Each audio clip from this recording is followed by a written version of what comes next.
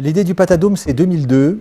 J'ai travaillé pendant 2 ans à l'Opéra à Bastille, dans une grande maison, et je me suis dit qu'il fallait fuir le gigantisme et qu'il fallait faire quelque chose de beaucoup plus petit, à taille humaine, d'où, je pense, l'idée de ce théâtre en rond. C'est déjà cette possibilité de faire du spectacle circulaire. On joue à 360 degrés, le spectateur est tout autour, et comme on a une acoustique très particulière, l'acteur peut être au loin, parler de dos, et vous qui êtes à l'autre bout, vous l'entendez parfaitement. Donc ça, c'est une possibilité, mais il y en a d'autres. On peut faire une petite scène surélevée centrale, on peut même empiler le plateau et faire ça sur 7 niveaux. Voilà, ça fait partie des possibilités du Dôme. C'est du spectacle tout public. On commence dès 1-2 ans au Patadome et on va jusqu'au spectacle pour adultes, mais toujours dans l'idée de représentation, de spectacle de compagnie qui réinterroge les codes du théâtre. Du théâtre souvent très rythmé, un peu réécrit, on fait beaucoup de classiques revisités. C'est sûr que notre cible, c'est le public scolaire. Voilà, c'est le spectateur de demain.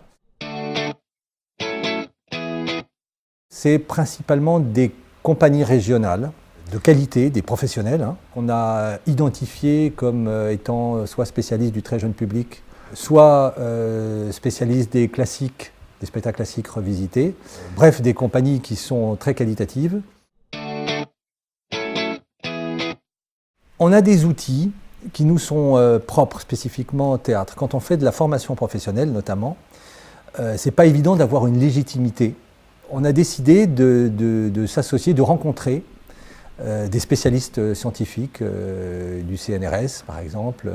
Voilà, des gens comme ça qui nous permettent de mettre des mots sur des choses que nous voyons, mais que nous ne savons pas différencier sur le plan scientifique.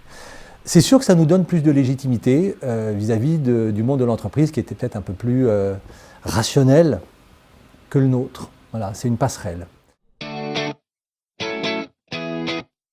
C'est l'expérience du spectacle vivant, dans un lieu chaleureux, atypique, avec des compagnies qui ont des choses à dire.